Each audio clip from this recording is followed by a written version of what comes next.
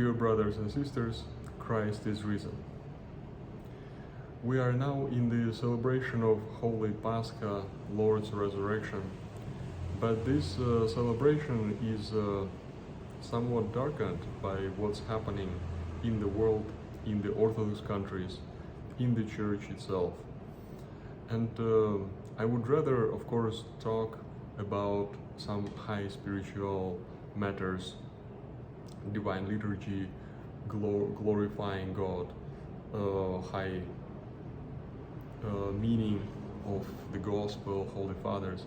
But we need to talk about the problems that we're facing. If we don't fix them, if we don't work about fixing them, talking about higher other spiritual matters doesn't really make sense. So this is why today's topic is about something that we need to think deeply,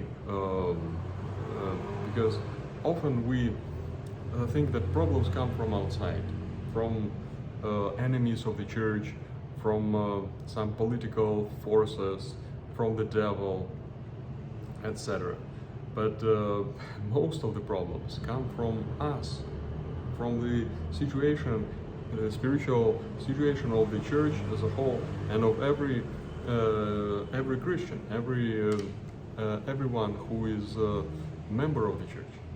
So people don't like to talk about it, and this is why nobody liked prophets, because they were saying words which were not pleasant and criticizing. Remember Ahaz, that 400 prophets, fake prophets, they were telling him nice, pleasant things, but there was only one, Micah, who was saying things unpleasant, and then they called him and said, "You will die." Okay, and the army will be defeated, and that's what's happened. So when something comes from the Lord, it's unpleasant, and people don't like talking about it, thinking about it. We like to come to church and it's all pleasing and specifying everything will be fine, everything will be good, peace and happiness and joy and God's blessing be with you. And we like these words, and we peacefully we go back home. Oh, everything is so nice. There are other people, okay, on the other extreme, who are telling you, Antichrist is here, everything is so bad, and everywhere it's 666, and it's also demons everywhere. They're coming, just some fear, some paranoia, Orthodox paranoia. The church is called not to do either of those things. The church is called to awaken people, to bring them to vigilance, and to motivate them to begin spiritual fight, to face the reality as it is, and to live spiritual life, to discover what does it mean not to be earthly, not to be fleshly, serving your flesh, serving your interests, selfishness, all this we call it old self, but serving the Lord, serving Christ. So today we see Orthodox countries in a war. We see church splitting and having all kinds of problems within the church. Of course, we can blame others, people, some other countries, corporations, Mason, anywhere. But the problem is not that. The problem is us ourselves. As soon as we lose the immunity, the spiritual health, demons also come, and all those enemies of the church, they also come, and only then the Lord allows them to succeed and to bring chaos within the church, and suffering, wars, and other things to the Orthodox people, countries. So So, okay, let's focus on the spiritual. What we can say about the state we're in. And the problems are both on the individual lay people level and on the church level. And why I want also to talk about this, because very often we come to the church with some expectation, with some rosy picture. Oh, it's gonna be like heaven. No, the church on earth is not like heaven, okay? It's gonna be like in the army, and army is sometimes losing, and some soldiers may be not fit or drunk or even sabotage their own army. Okay, it's a war. Okay, it's the war, spiritual warfare that's going on, and you'll see a lot of ugly things in this war. Okay, we can see that nobody's praying. Okay, nobody wants to pray. Come to church. Okay, also in Orthodox countries, not many people come to church. We have regular service on the Divine Liturgy, Sunday Liturgy, maybe 1 to 2% of population, when 70 to 80, 90% they consider themselves Orthodox. So they are Orthodox, but they feel that no need to go to church, maybe once a year, twice a year. But that's not following Christ. That's not living in the. That means that the Holy Communion is don't care. Confession, don't care. We live our daily life. We enjoy. We buy things. We travel. We have our purchases. We have this. We have that. And okay, yes, faith. Yes, I believe. Yes. But it doesn't influence your life. You don't change your values. You don't change the way. And then the Lord comes and He hits you with a war or with something else, with a sickness. And then people run to the church to pray, only to get, I want to this, give me. The Lord gives, and then they are gone again. That's not following Christ. We cannot expect to inherit the kingdom of heaven, which is hard to get. It's not that easy to get there. So even when we go to church, okay, if we're okay, from people who go to church, also many live in sins, in big passions. It's not okay. We need to be honest to ourselves. And also, even if there is no big sin, we also can see that the prayer, divine service for us often becomes like a therapy.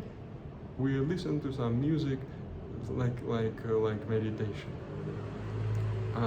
We listen to some music, we have some peaceful feeling, and we go home. Sorry, but this is not prayer. Prayer is dialogue with God. Prayer is you're involved. You know what's happening. You will bring the sacrifice within the liturgy. You participate in the supper of the Lord. Okay. So few of us have this participation. People don't read about their faith. They don't know anything about their faith. Partly because don't want to, lazy, busy with something else, family matters. So when do I learn? Where do I don't read? Okay, read all kinds of things. Facebook for many hours, no problem. But faith, spiritual fathers. I'm not talking about the spiritual reading spiritual fathers, holy fathers, theology, some serious church spiritual literature. Just the basic, okay, basic catechism. Most people, they never read, never opened, and they consider themselves Orthodox. And also, it's not about lay people lazy, okay? We can see if we have 80% people baptized, but only 1% goes to the church, where is the rest, okay? Why they don't come? Because they're baptized automatically. Just come, okay, baptize. There is no meaning in that. It's not the magic. It's not something that you're baptized, all of a sudden you become a great saint. No. If you don't know, if you don't understand that this new covenant, that you are now in Christ, with Christ, you need to live in this covenant. You have to have your old self die. You don't see this, you don't know anything about this. Not even you're willing, not willing. You don't even know that these things exist. Of course, you won't go to church. You won't need it. You'll just keep living as you live. So this is a big problem, a structural problem within the church. It's not everywhere. Okay, some parishes. Here we have at least 6 months of preparation. Very often it's a year, more than a year, 2-3 years sometimes. Okay, someone is willing to become Orthodox. He needs to enter into this covenant, have a full understanding of what it's all about. And also, of course, nobody has, even those people who come, they don't have spiritual guide, spiritual father, or anyone they can ask real spiritual advice. Everybody's so autonomous, everybody knows everything. Same with priests. Priests don't have spiritual supervision. That's a really very strange situation, and that brings people to get far and far away, because our passions are still there, deceit of this world is still there, our selfishness, proudness is still there, and the evil spirits are still there, who are dragging you away, and me. Okay, they're trying to drag us away from following Christ, from this path to salvation, and then we lose. And we don't understand what's happening, why does this happen, why the Lord is sending some hitting us on the head with some sicknesses, this and that. He's trying to pull us back into the spiritual life. We see even the clergy, the church, when gained freedom in those post-communist countries, the main task was not spiritual revival. The main task was build more churches, build everywhere, and then building after building, put more golden things inside, make it more beautiful, make it more nice. But that's like a bubble. Okay, it's external thing. Or some people, they like photographs. Oh, some church event, oh, nice photographs here and there, and oh, it's so beautiful, nice, fine, put it into Instagram, Facebook, yes, you see, so nice. This is nothing. This is nothing. For the Lord, all these external things is nothing. It's like smoke, it just vanishes.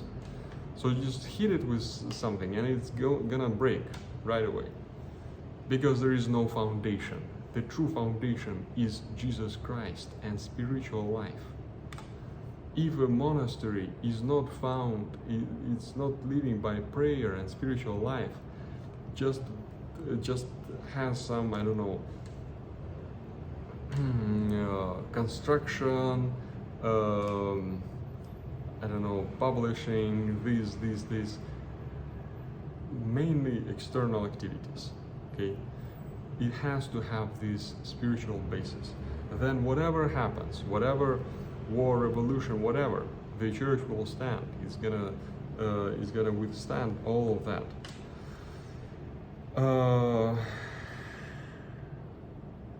The Lord told us, you are the salt of this world. If the salt becomes unsalted, there is no use. People will just throw it away, and people will just trample it with their feet, and there is no use in it. We become the salt that's unsalted. We need to feel this responsibility and this dignity that the Lord is giving to every single one of us, not just clergy or bishops, but every faithful. All the prophets in the Old Testament, they were not priests. Most of them, almost all of them. They were simple people. So this is why don't expect, oh, priest and the church, the official, it has to come from there. No, it has to come from each and every one of us. we need to begin with ourselves.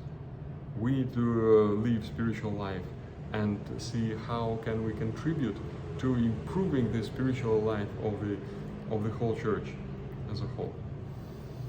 We are very passive. We don't want to move. We don't want to serve others, do some ministry in the church, some involvement in the social life, some social work. Of course, this is not the main thing, but it's also important in the church.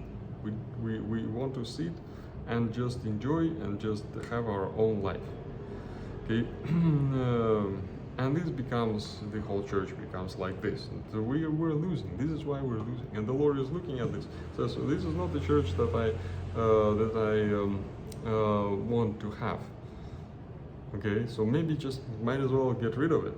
Okay, have some, I don't know, Napoleon, Hitler, just come and just erase everything. So let us change. Let us think very deeply.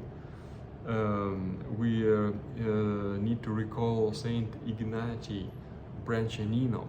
He's a great father of the 18th century, and he was predicting all the catastrophes of the 20th century, all these revolutions, wars, this big hit on the church. He saw that many decades before all that happened, and he saw this great problem within the church. And that was at the time when building many churches and many books published and everything is so nice, and so people were saying, "You're crazy, you see everything is going well, what are you talking about?" But he was like that Micah, the prophet. Nobody wanted to hear him. He was marginalized. His books, he had difficulty, sometimes often refused, and he saw that the spirit of Antichrist, it's not only outside the church. Everybody who serves the old man, he has this spirit of Antichrist in him. But even people within the church, he said, there's many of them serve Antichrist. So this is why we don't need to have this rosy picture, that the church is a paradise. But at the same time, he said that the Lord will preserve his church throughout all these troubles. And Saint Seraphim of Sarov, when he was asked a similar question, he said, "Don't you remember what the Lord told to Prophet Isaiah when he said that I am the only one and they are willing to kill me, the only one who is worshipping the true God?" And the Lord told him, "I have kept for myself 7,000 sons of Israel who have not bowed their knee in front of Baal." 7,000 out of maybe 3 million. Okay, very small percentage, but 7,000. And now it's much more. We have much more. So even in these hard, difficult times, when we see within the church so many problems, we need to know that the Lord is keeping his people who have chosen him and the truth, and we need to be among those people. And we need to do the work of the Lord more actively, to work more decisively on changing ourselves, on contributing to this fight against evil everywhere, on every level, with Antichrist. May the Lord help us. May the Lord grant us this gift to be the salt of the world, to live according to this calling, so that we can inherit the kingdom of heaven. We can, in this time of darkness, in this time of apostasy, we can keep all the commandments of the Lord and be his witnesses, even to the end of the world. Okay? You will be my witnesses, he said. We need to be witnesses of his love, of his grace, of his salvation. May the Lord help us, give us his blessing, and give us his joy of resurrection. I mean, Christ is risen. indeed He is risen.